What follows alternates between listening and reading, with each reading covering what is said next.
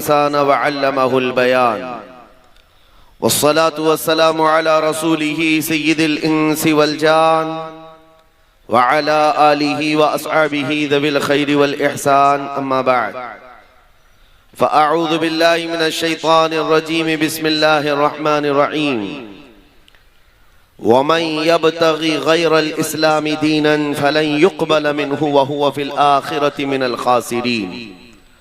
सदक़ल्लाहु मौलानल अज़ीम। बारगाह रिसालत मुआब सल्लल्लाहु तआला अलैहि वसल्लम में एक बार दुरूद पाक का हदिया पेश करें। अल्लाहुम्मा सल्लि अला सय्यिदिना व मौलाना मुहम्मदिन मअदनिल जूदि वल करम व आलिहि व अस्हाबिहिल किराम व इब्निहिल करीम व बारिक व सल्लिम सलातन दाइमतन सरमदन अबदा। अज़ीज़ान गिरामी वक़ार, आज हमारे इम्तिहान का दौर शुरू है और आजमाइशों का वक्त है। इस घड़ी में कितने लोग हैं जो ईमान पर कायम रहते हैं और कितने हैं जो अपने दीन का सौदा कर जाते हैं। कुफ्र और शिर्क की आंधियां बहुत तेज हैं। इस बहाव में कई जुब्बे और टोपियां भी बह गई। मौलवी कहलाने वाले लोग भी इधर उधर भटक गए। लेकिन ऐ सुन्नियों, अपनी गैरत बाकी रखो। ये दिन ज्यादा देर तक नहीं चलते हैं। ये चढ़ता हुआ सूरज अनकरीब डूब जाएगा और फिर मेरे मुस्तफा करीम का चर्चा हर जगह होगा। और आज दुनिया जितना दबाने की कोशिश कर रही है हम देख रहे हैं। मैं तो ये सोचा भी नहीं था कि मुंबई की सरजमीन पर इतना बड़ा मैदान और मैदान में ऐसी गूंजती हुई लब्बैक की सदाएं, और रात के वक्त तुम्हारी ये सदाएं ही बहुत सारे लोगों की नींद हराम कर रखी हुई है। लोगों को इसी बात का तो खदशा है। अब तो ये देखा जा रहा है। मेरे अजीजों, मैं जिस बात पर आपसे कुछ गुफ्तगू करना चाहता हूं वो ये है, कुरान कहता है इस्लाम के अलावा कोई दूसरे दीन की तरफ तवज्जो भी करोगे तो कयामत के दिन तुम्हें सबसे बड़े घाटे वालों में उठाया जाएगा। किसी की तरफ तुम मुंह भी ना करो। अरे मुंह वो करे जो अपने घर में कंफर्ट ना हो। अपने घर में अगर किसी को जगह ना मिल रही हो तो फिर वो दूसरी छत का इंतजाम करे। इस्लाम में किस चीज की कमी है? इस्लाम में किस चीज की कमी है? अल्लाह करीम ने वो अजीम नेमत तुम्हें अता की है, तुम्हें दूसरों की धोतियां और चोटियां देखने की जरूरत ही नहीं है। अल्लाह करीम ने तुम्हें मुस्तफा करीम सल्लल्लाहु तआला अलैहि वसल्लम के वो अजीम अखलाक अता किए हैं। अखलाक सीखने के लिए तुम उन दरिंदों के पास ना जाओ जिनको पेशाब करने का सलीका भी नहीं आता हो। अखलाक मेरे मुस्तफा करीम सल्लल्लाहु अलैहि वसल्लम की पूरी कायनात में सबसे आला है, सबसे आला है। मैं आपसे ये पूछना चाहता हूं मेरे अजीजों, ये वाहिद कौम है दुनिया की जिसको झुकाने के लिए आज दुनिया पूरी एड़ी चोटी का जोर लगाती है। पता है, हम झुकते हैं तो सिर्फ एक नाम पर, जब अल्लाहु अकबर कहा जाता है। उसके अलावा किसी बादशाह के नाम पर भी नहीं झुकते। जाओ अपनी मस्जिदों में इमाम कोई अपने बाप का नाम लेकर के रुकू में झुका कर दिखाए कौम को, अपने बाप दादा का नाम लेकर, या किसी बादशाह वक्त का नाम लेकर के सजदे में गिरा कर दिखाए, कौम खड़ी हो जाएगी, नहीं झुकेगी। हाँ, अगर एक किसान का छोटा बच्चा हाफिज कुरान भी अल्लाहु अकबर कहे तो पूरी कौम झुक जाती है। हमारी पेशानी सिर्फ अल्लाह वहदहु ला शरीक के लिए है। सिर्फ हम झुकते हैं रब्बुल आलमीन के दरबार में। इसलिए मैं ये बातें कर रहा हूं कि आज हमने देखा है बहुत सारे लोग सरेंडर हो गए, इधर उधर झुकना शुरू कर चुके हैं। तुम कभी ये मत देखना कि कौन सी खानका है, कौन सा मदरसा है और कहां से कैसी आवाज आ रही है। बात इतनी देखो, रसूल पाक सल्लल्लाहु तआला अलैहि वसल्लम की शरीयत पर कौन कायम है। आज जवाब देना भी बहुत जरूरी है, इसलिए मैं जवाब देता हूं। बाज लोगों को लगता है हालात बड़े खराब हैं, थोड़ी नरम बात करनी चाहिए, नरम गुफ्तगू करनी चाहिए। इस्लाम गैरत का दर्स देता है, अखलाक भी सिखाता है, अच्छी बात करो, लेकिन चोर घर के अंदर घुस करके आए तो हाथ बांध करके बैठना यह अखलाक नहीं है। चोर की गर्दन पकड़ो, उसकी हाथ पकड़ो, ये गैरत है। और जब दीन इस्लाम पर हमला हो रहा हो तो यह गैरत और बढ़ जानी चाहिए। आपको पता है ओहद के मैदान में जब सहाबा इकराम रिज़वानुल्लाह ताला अलैहिम अजमईन पीछे हट गए, जो जीती हुई जंग थी वो शिकस्त में बदल गई। 70 सहाबा की जाने गई थी ओहद के मैदान में, अमीर हमजा का कलेजा चबाया गया था। उस मैदान ओहद की बात कर रहा हूं जिसमें रसूल पाक सल्लल्लाहु अलैहि वसल्लम के दंदाने मुबारक शहीद हुए। सुनो, जब हालात ऐसे सख्त आ जाते हैं ना हम पर, तो कुफ्फार और मुशरिकीन के पास एक ही चीज रह जाती है, हमारा मजाक उड़ाना, उछल कूद ज्यादा शुरू हो जाता है कीड़े मकोड़ों का। ओहद के मैदान में ये होने लगा। हुजूर सल्लल्लाहु ताला अलैहि वसल्लम जब सहाबा के साथ ओहद के पहाड़ पर बैठ चुके थे, यानी मैदान खाली हो चुका है और कुफ्फार और मुशरिकीन दंदना रहे मैदान में, अपनी फतह का जश्न मना रहे हैं। हाँ, आपको हालात ज़हन में रखना है। और सुनो, जब जश्न मनाया जाता है तो तुम नर्वस मत होना। बहुत ज्यादा जश्न मनाने वाले ज्यादा देर तक नहीं मनाते। सुनो, कुफ्फार और मुशरिकीन की तरफ से अबू सुफियान आया और जश्न मनाते हुए पुकारते हुए कहने लगा, कहाँ है मोहम्मद, कहाँ है अबू बकर, कहाँ है उमर। उनके नजर में था कि ये सब शहीद हो चुके हैं। उनको ये लग रहा था कि हुजूर पाक भी शहीद हो गए, अबू बकर और उमर रदियल्लाहु अन्हुमा भी शहीद हो गए। वो कुफ्फार और मुशरिकीन के दरमियान नारे लगा कर कह रहे थे, मेरे अजीजों, हुजूर जख्मी थे, नबी पाक सल्लल्लाहु ताला अलैहि वसल्लम के दंदाने मुबारक से खून बह रहा था, सहाबा मौजूद है जख्मी हालत में, लेकिन मेरे आका सल्लल्लाहु अलैहि वसल्लम जलाल में आए और कहा इसका जवाब देना होगा इस काफिर का। खामोश बैठना ये अखलाक नहीं, जवाब देना है। और जवाब देने के लिए मेरे आका ने किसको उठाया? उमर इब्ने खत्ताब को। कहा उमर खड़े हो जाओ, उमर खड़े हो जाओ, जवाब दो। जब उधर से अबू सुफियान पुकारने लगा कि कहाँ है मोहम्मद, कहाँ है अबू बकर, कहाँ है उमर, ओहद के मैदान, ओहद के पहाड़ की दामन से सैयदना उमर इब्ने खत्ताब पुकारने लगे, ये है मोहम्मदुर रसूलुल्लाह, ये है अबू बकर सिद्दीक, ये है उमर, जिंदा है और तेरी आंख में गड़ते रहेंगे। उधर से नारा लगाया और मुशरिकीन ने नारा लगाना शुरू किया, ओल हुबुल, ओल हुबुल। हुबुल उनके एक देवता का नाम था। हुबुल की जय हो, हुबुल की जय हो। हुजूर ने फरमाया हजरत उमर से, उमर जवाब दो।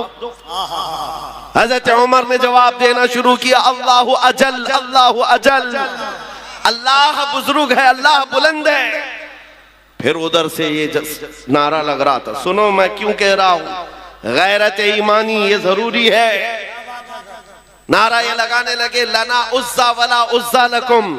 उज्जा भी उनकी एक देवी का नाम था। ओहद के मैदान में मुशरिकीन कह रहे हैं, हमारे पास इज्जत देने वाली देवी है, तुम्हारे पास कुछ नहीं है। हजरत उमर को फिर हुजूर ने कहा जवाब दो। हजरत उमर कहते, अल्लाहु मौलाना वला मौला लकुम, अल्लाह हमारा मददगार है, तुम्हारा कोई नहीं है।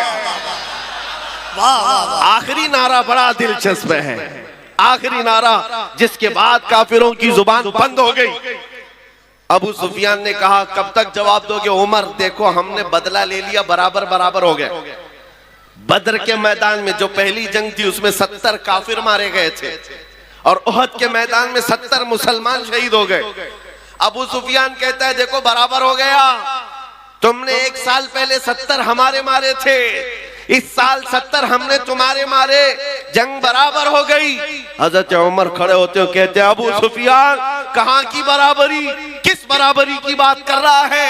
कोई बराबरी नहीं, तुम्हारे मारे हुए मुर्दे दोज़ख में हैं, हमारे मरे हुए जन्नत में हैं। नारे तकबीर, नारे रिसालत। यह गैरत ईमानी है। ओहद का मैदान क्या हुआ? हालात सही थे, हालात सही थे। वहां पर 70 सहाबा की जाने गई हैं, कैसे कैसी तकलीफें ओहद के मैदान में थी, बयान करने से कलेजा मुंह को आता है। हजरत अब्दुल्ला बिन जहश सहाबी हैं जिनके जिस्म के 80 टुकड़े कर दिए गए थे। साद इब्ने रबी जिनका पेट फाड़ कर आंतड़ियां बाहर निकाली गई थी। अनस बिन नुज़ैर वो सहाबी हैं जिनकी उंगली के अलावा पूरा जिस्म मिला ही नहीं। ये ओहद के मैदान में इतने सख्त हालात में सैयदना उमर खड़े होकर जवाब दे रहे हैं।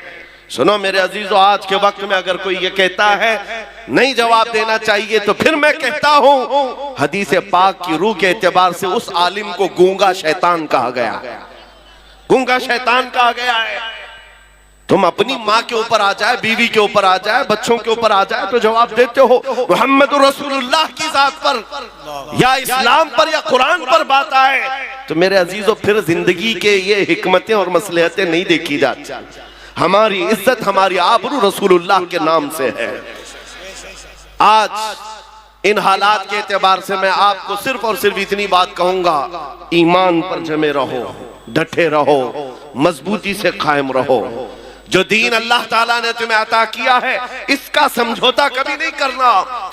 सैयद मियां मारा रवि रहमतुल्लाह अलैह ने क्या खूब नारा लगाया था, किसी की जय विजय क्यों पुकारे क्या गरज हमको, किसी की जय विजय क्यों पुकारे क्या गरज हमको, हमें काफी है सैयद अपना नारा या रसूल अल्लाह, हमें काफी है सैयद अपना नारा। हाँ, हम रसूलुल्लाह के, जन्नत रसूलुल्लाह। आपको सिर्फ मैं इतनी बात पूछता हूं, अगर दुनिया आपको हुजूर का गुलाम कहे तो आपको कोई एतराज है? आपको अगर दुनिया हुजूर का गुलाम कहे तो एतराज की बात क्या? मेराज है हमारी। हम तो ये चाहते हैं कि दुनिया हमें हुजूर का कुत्ता कहकर पुकारे। तो जब दुनिया के सामने तुम्हें कोई एतराज नहीं है तो गुलामी करो तो खुल के गुलामी करो। इश्क हो तो इजहार भी हो। नबी पाक सल्लल्लाहु ताला अलैहि वसल्लम से अगर निस्बत रखने पर तुम फख्र करते हो तो खुल करके करो। ये दाढ़ियां छिलाकर, टोपियां छुपाकर, गैरों की शबी बना करके तुम फिर किस गुलामी की बात करते हो? फिर किस गुलामी की बात करते हो? जिस मैदान में भी जाओ, अरे दुनिया चोटी रखने में शर्म नहीं करती, नंगा घूमने में शर्म नहीं करती, आमिना के लाल के चेहरे पर तुम्हें शर्म किस बात की है?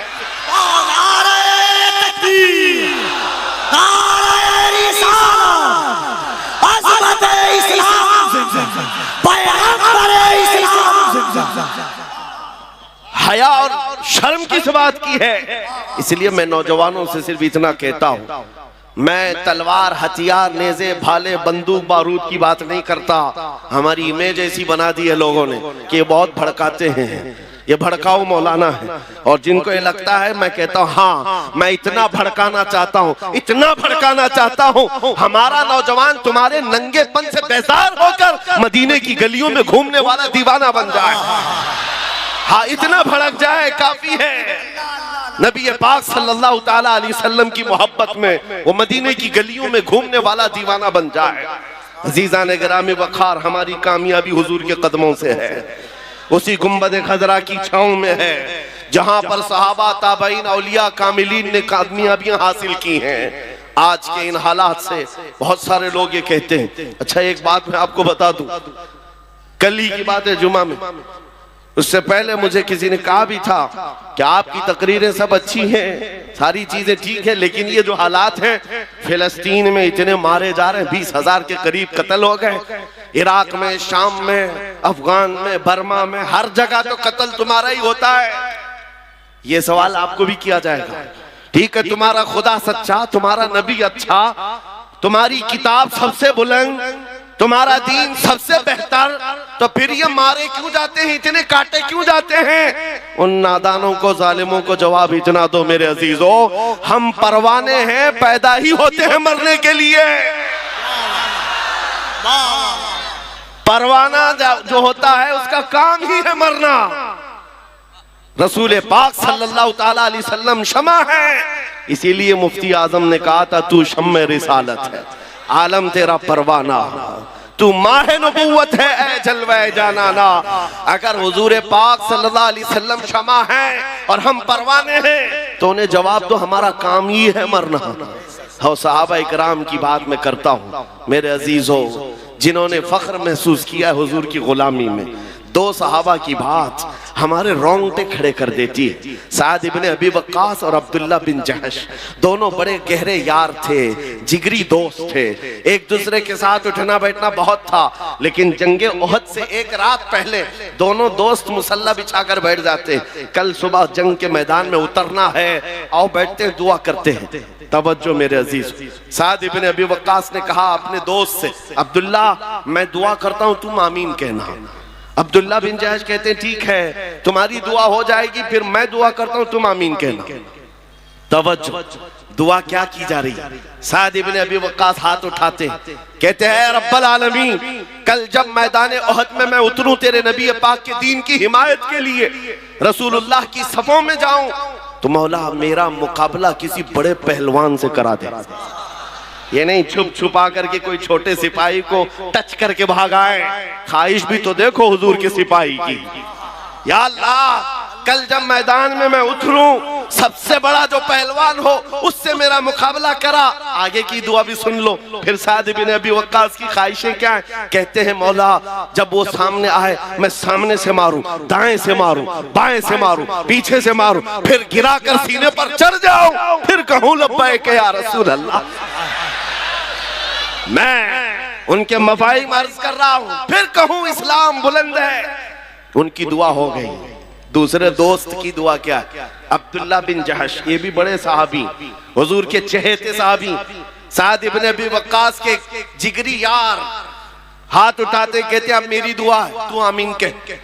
दुआ क्या कर रहे? अल्लाहू अकबर। कहते हैं रब्बल आलमीन, मैदान ओहद में कल तेरे हबीब के साथ मैं सफों में जब जाऊं, तेरे दीन की हिमायत के लिए, तेरे नबी की इज्जत और नामूस के लिए, मौला मैं लड़ते लड़ते लड़ते लड़ते दुश्मनों के नरगे में चला जाऊं, और दुश्मन कभी मुझे सामने से मारे, कभी पीछे से मारे, कभी दाएं से, कभी बाएं से, और मैं हर जख्म पर तेरे नाम की बुलंदी का ऐलान करूं, इस्लाम की बुलंदी का ऐलान करूं, हर जख्म पर तेरे हबीब की इज्जत की बात करूं।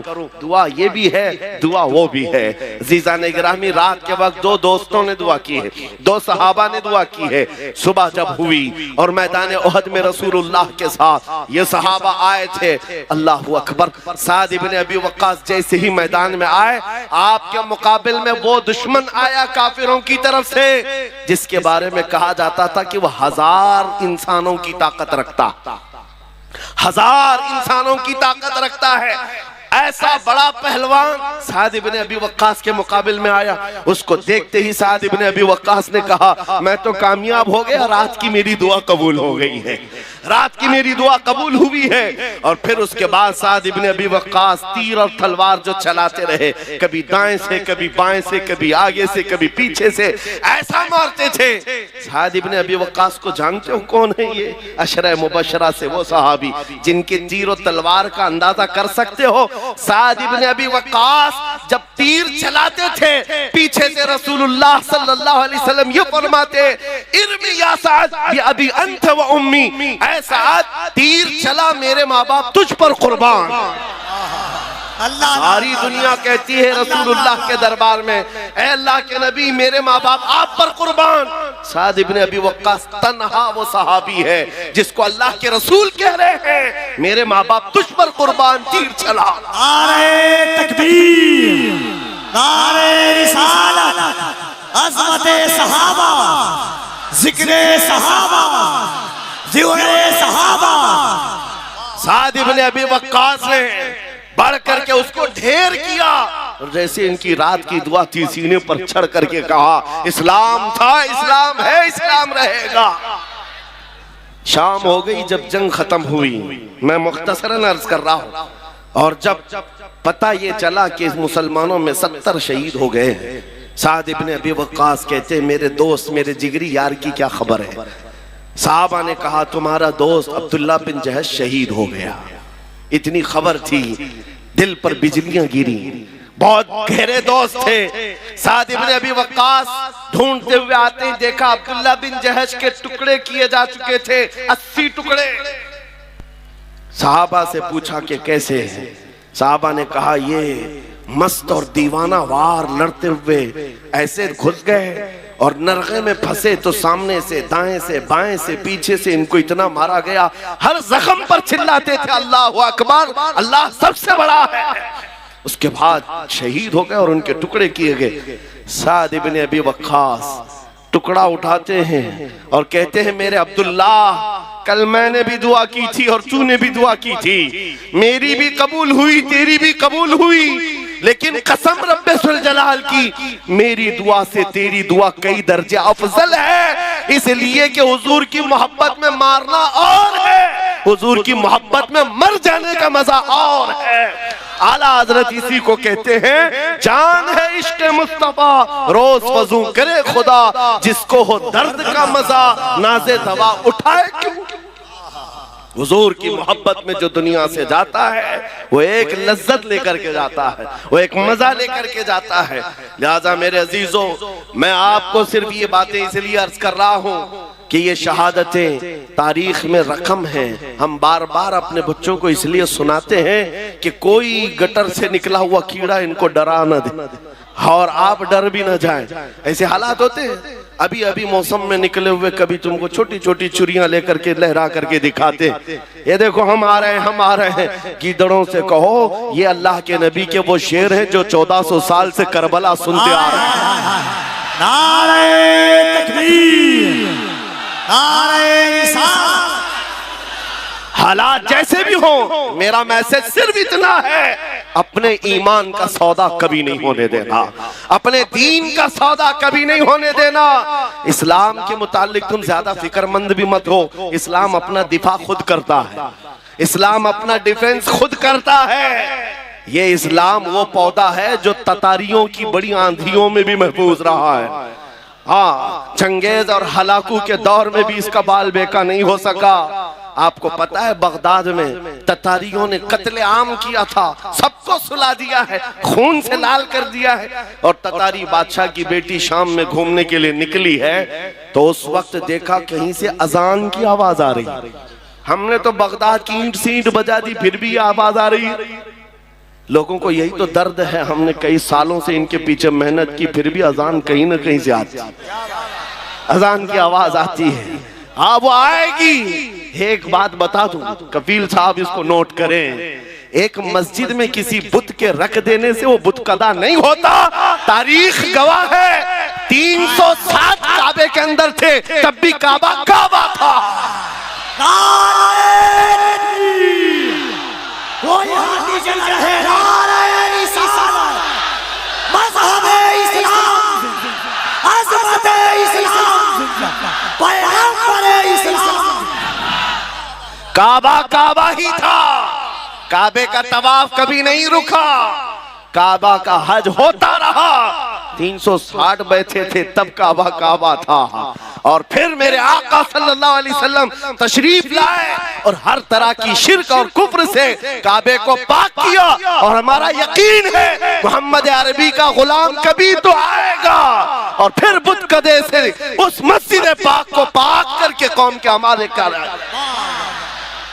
कौम के हवाले करेगा इंशाअल्लाह। मेरी बात सुनो, ततारियों की बेटी ने पूछा इस वक्त अजान की आवाज कहां से आ रही है, आवाज कहां से आ रही है। लोगों ने कहा ढूंढते, देखा तो एक छोटी सी दुकान में एक बूढ़ा आदमी है अजान दे रहा है, पकड़ के लाओ इसको। पकड़ करके लाए। बूढ़े लोग जो हैं बड़े सख्त होते हैं। हाँ, अभी हम एक बूढ़े साहब का इंटरव्यू भी देख रहे थे, बड़े तन करके जवाब देते, क्योंकि उनको पता है अब बचा क्या है, अब बचा क्या है, दाढ़ी सफेद हो गई, कमर झुक गई है, जाना है वैसे भी। तो बूढ़ा अजान दे रहा है बगदाद की गलियों में। ततारियों की बेटी बड़ी सख्त दिल की थी, गिरफ्तार करके लाई। कहा बाबा तुझे पता है हमने यहाँ तो पूरी की पूरे मीनार गिरा दिए, खोपड़ियों से मीनार बनाए हैं तुम्हारे, इस वक्त तुम अजान दे रहे हो। बूढ़े ने कहा जब तक मेरी सांस चलती रहेगी अजान देता रहो। उस खातून ने एक सवाल पूछा कि अच्छा तुझे इतना यकीन है तेरे खुदा पर, तो फिर तेरा खुदा बचाया क्यों नहीं, हम इतना मार रहे थे और इतने लोगों को मारा है, तुम्हारा खुदा कहाँ है, क्यों नहीं बचाया। बूढ़े ने बड़ी दानिशमंदी का जवाब दिया। कहा बेटी तुझे पता है बकरियां पालने वाला रेवड़ लेकर के जब चलता है तो साथ में कुत्ता भी लेके चलता है। बकरी कभी रेवड़ से हट जाती, इधर उधर जाती है तो कुत्ता भौंक भौंक करके उसको जमात में शामिल करता है। हम उम्मते मुस्तफा कभी भटक जाते जमात से इधर उधर, मौला तुम जैसे कुत्ते छोड़ता है, तुम भौंक भौंक करके हमें फिर शरीयत में ले आते। आज हालात है भौंकने वाले अगर और तेजी से भौंके तो मेरा यकीन है कि ये जो बच्चे इधर उधर भटके हैं इंशाअल्लाह मेरे मुस्तफा की छांव में जरूर आ आएंगे ना इंशाअल्लाह। अब अपने दीन की हिफाजत करनी है, अखलाक से करनी है, हुजूर पाक की सुन्नतों से करनी है। अब हमारी जो जिंदगी बाकी है मेरे अजीजों यही इजहार भी करना है। और एक बात मैं ये भी बता दूं, हालात के एतबार से चंगेज ये भी 50 लाख इंसानों के कत्ल का उसके ऊपर इल्जाम भी है और बल्कि हकीकत है 50 लाख लोगों को मारा है। रोजाना कत्ल नहीं करता तो खाना नहीं खाता। एक मर्तबा यही हमारी जमात, मुसलमानों की जमात मैदान में गिरफ्तार करके लाई गई, 3 सफों में खड़ा किया, खुद घोड़े पर बैठा हुआ खिलौने से खेल रहा है। जल्लाद को बुलाया कि अब इनकी सफें उड़ाना शुरू कर दो, गर्दनें उड़ाओ। इन हालात में सुनो मेरे अजीज, पहली मर्तबा जब जल्लाद गर्दन पर तलवार उड़ाने लगा, चलाने लगा, तो एक पहली सफ में बूढ़े मियाँ थे, वो हट करके पीछे चले गए, दूसरी सफ में चले गए। पहली सफ में नंबर ना आए दूसरे में चले जाते, मरना तो था ही। जब पहली सफ वालों को पूरा जल्लाद उड़ा दिया, गर्दनें उड़ गईं, दूसरे सफ की बारी आई। चंगेज देख रहा था कि ये बूढ़ा पीछे चला गया है, कहां तक जाएगा। दूसरी सफ को हुक्म दिया, जल्लाद को हुक्म दिया गया मारो। कत्ल करते करते गर्दनें उड़ाते हुए आया, ये बूढ़ा तीसरी सफ में चला गया, तीसरी सफ में गया। अब आखिरी सफ है, इसके पीछे कुछ थी नहीं। अब चंगेज ने तीसरी सफ के कत्ल के हुक्म से पहले मजाक में कहकहा मार करके पूछा, बूढ़े पहली सफ में खड़ा था दूसरी में आ गया, दूसरी में खड़ा था अब तीसरी में आ गया, तीसरी की बारी शुरू हो रही है, अब कहां जाएगा। बूढ़े ने कहा अब भी मेरा अल्लाह है, अब भी अल्लाह है, ना उम्मीद नहीं है। उसने अभी जल्लाद को हुक्म दिया ही था। उस चंगेज के हाथ में जो खिलौना था, घोड़े पर बैठकर खेल रहा था, अचानक गिर गया और वो खिलौना उठाने के चक्कर में जैसे ही झुका उसका घोड़ा बिदक गया, उसका पैर घोड़े की जेन में फंस गया और घोड़ा भागने लगा। इतना भागा कि चंगेज के सर को पत्थरों से टकराते टकराते घोड़ा किसी के काबू में नहीं है। सारे सिपाही घोड़ा पकड़ने के पीछे भागे हुए हैं, सारे वजीर पकड़ने के लिए जा रहे हैं। घोड़ा उस वक्त जाकर रुका जब इसका सर फट कर 2 टुकड़े हो गए, मर चुका है और सारी सल्तनत एक आन में खत्म। बूढ़ा अपने हाथ उठाकर कहता है, ऐ दुनिया वालों देखो मेरा मौला मौजूद है। कैसे भी हालात हो मेरे अजीजों, अल्लाह है। कुरान पाक में मेरा मौला फरमाता है, ला तहज़न इन्नल्लाह माना। रसूल पाक सल्लल्लाहु तआला अलैहि वसल्लम ने गारे सौर में हजरत अबू बकर को यह जुमला कहा था। ये जुमला बहुत पावरफुल है, बहुत पावरफुल है। आज अगर आप ये कहते हैं कि कौन है हमारे साथ, कौन सी सियासी ताकत है, कौन सी कुव्वत है, मियाँ हमको भी देखो। लोग ये सोचते होंगे बड़े बड़े लोग इनको चलाते हैं, एक छोटा आदमी भी पीछे खड़े होने को तैयार नहीं होता। हाँ, ये तो बड़े जिगरे वाले मौलाना लोग हैं जो बैठ गए स्टेज पर। यूपी में तो डरते भी हैं। हाँ, इनके स्टेज पर बैठेंगे दूसरे दिन फोटो में आएंगे। हाँ, एक मौलाना साहब उन्होंने कहा भी, आपके साथ बैठे थे, दूसरे दिन पुलिस वालों ने उठा लिया। कहा क्यों उठाया? कहा लब्बैक लब्बैक तुम बहुत पुकार रहे थे। मैंने उन मौलाना साहब से कहा, फख्र करो मौलाना, दुनिया चोरी करके थाने जाती है, तुम नबी का नाम लेकर जा रहे हो, इसमें क्या खौफ, इसमें किस बात की झिझक और शर्म है। मैं ये कह रहा हूं मेरे अजीजों, नबी पाक सल्लल्लाहु तआला अलैहि वसल्लम की मोहब्बत में अगर किसी को हया है और शर्म है तो ये शैतानी शर्म है, ये शैतानी हया है। सिद्दीक अकबर गारे सौर में हुजूर के साथ हैं, मुशरिकीन ढूंढते ढूंढते उस गार तक भी आ गए और ऐसे हालात थे कि हजरत अबू बकर कहते हैं अगर वो पांव उठाते तो हम नजर आ जाते। मुशरिकीन वहां तक पहुंच गए हैं, अगर वो पांव उठाते तो हम नजर आते। हजरत अबू बकर सिद्दीक की बेकरारी जैसी बड़ी पूछा रसूलुल्लाह, आका अब क्या होगा?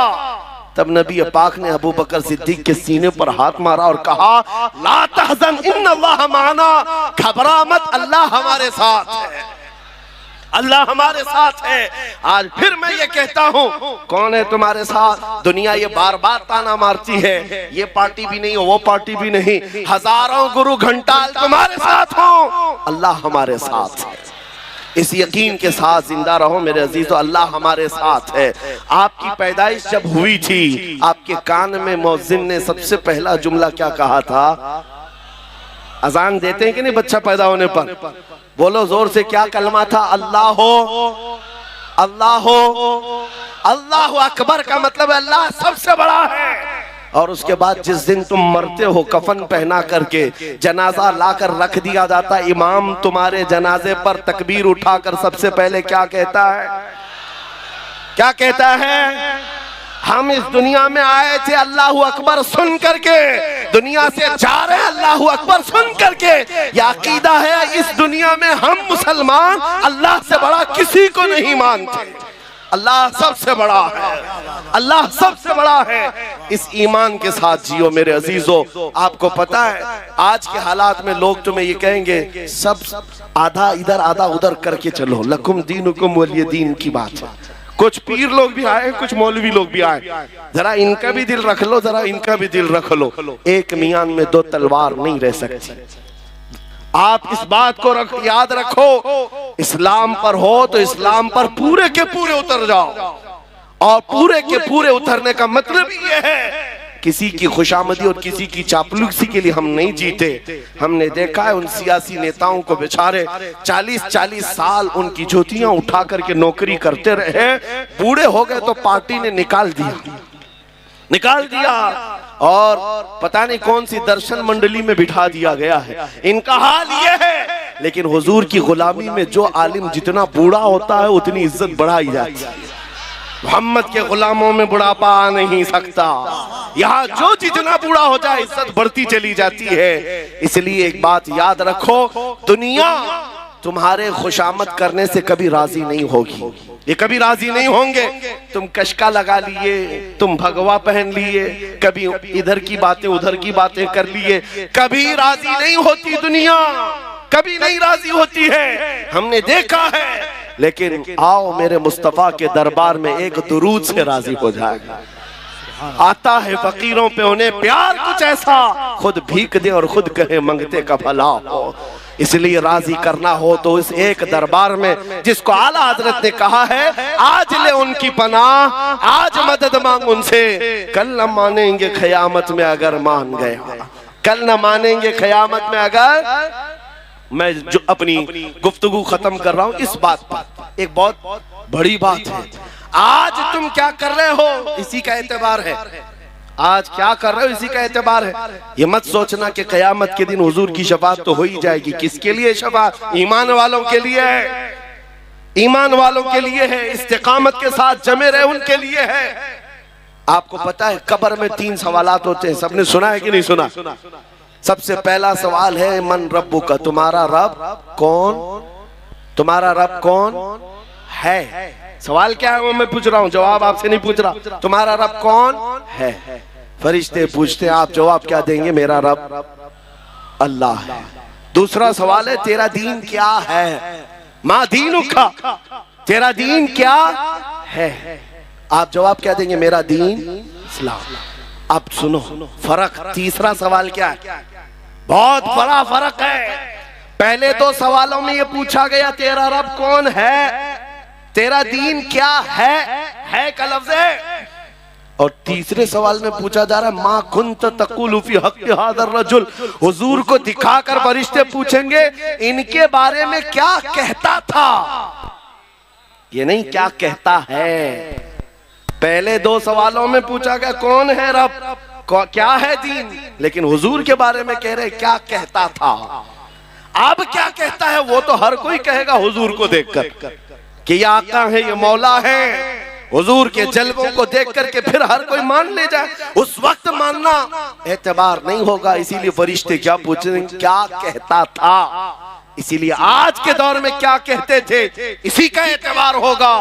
ऐ सुन्नी हो, कब्र के अंदर वो सुन्नी गुलाम मुस्तफा मचल करके कहेगा हुजूर के बारे में क्या कहता था। वो अपोजिशन वाले हैं जो डर जाएंगे, हुजूर के बारे में जवाब नहीं दे सकेंगे, जवाब नहीं दे सकेंगे और वो डर जाएंगे। क्या कहते थे उनको पता है, यही तो कहते थे पीठ पीछे का इल्म नहीं है, यही तो कहते रहे माज अल्लाह बच्चों के इल्म के बराबर, ये सब बोलते रहे, वहां कब्र में क्या बोल पाओगे। हाँ, सुन्नी गदा कहेगा ऐ फरिश्तों अब तो पाए नाज से ऐ फरिश्तों क्यों उठूं, मर के पहुंचा हूं यहाँ इस दिलरुबा के वास्ते, मर के पहुंचा हूं यहाँ इस दिलरुबा के वास्ते। हुजूर के बारे में क्या कहता था, यही तो कहता था सरवर कहूं कि मालिको मौला कहूं तुझे, बाग़े खलील का गुले ज़ैबा कहूं तुझे, तेरे तो वस्फ़ ऐब तनाही से हैं बरी, हैरान हूं मेरे शाह मैं क्या क्या कहूं तुझे। लेकिन